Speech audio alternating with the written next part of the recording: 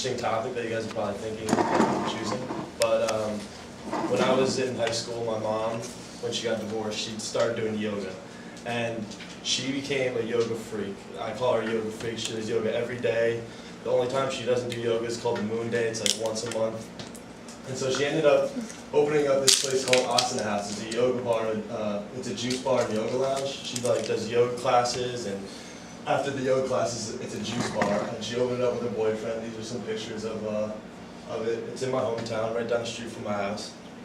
And whenever I would come home from practice and I would bring, my football friends home or my lacrosse friends home, she would always come up to them and try and get them to do yoga, because she says it gives you the extra edge.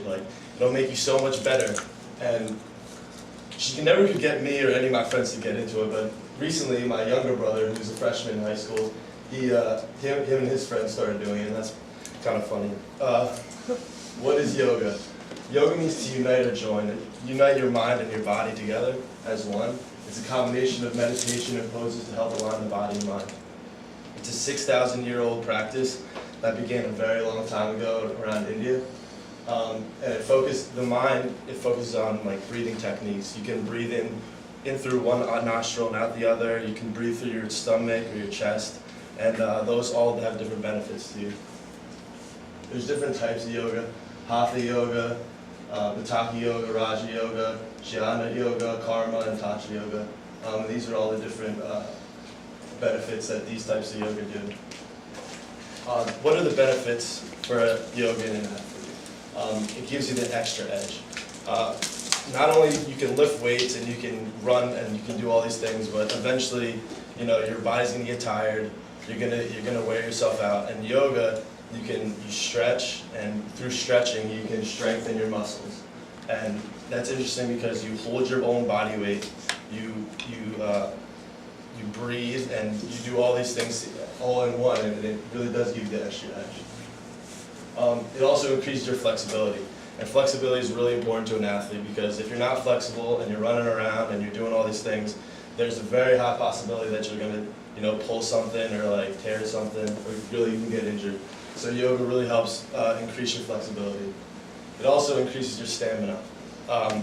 Even through breathing and doing all these yoga poses and all this different stuff, you're sweating, you're working, and you may not think that you're really doing anything, but through the breathing and the yoga poses that you're doing, you are increasing your stamina, you are increasing, and you're going to be able to see it on the field when you perform.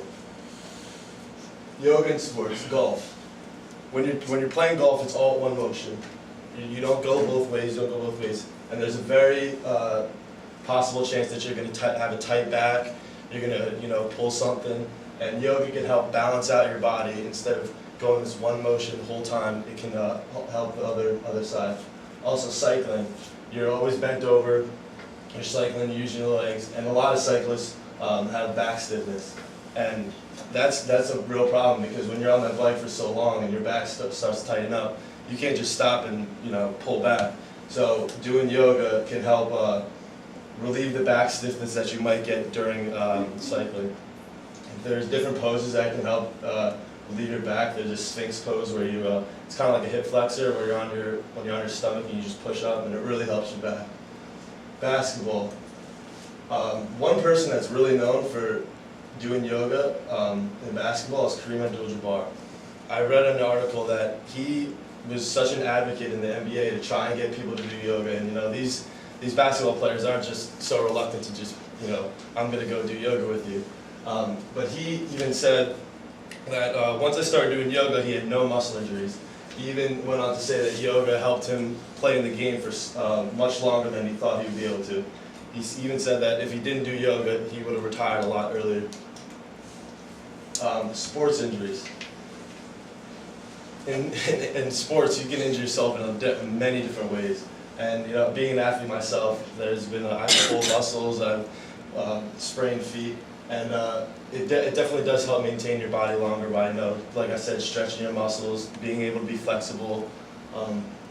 It also, poses can relieve pain in certain areas. When you're sore after practice, even though I didn't do it, my mom really did try to get me to do it, and I wasn't so reluctant to do it. My brother, talking to my little brother, he said that even after practice and he comes and does yoga, the next day you're not going to be as sore. And like right now, I play lacrosse and my legs are dead right now. And I'm probably, if I did yoga and I had the time, I wouldn't have such dead legs.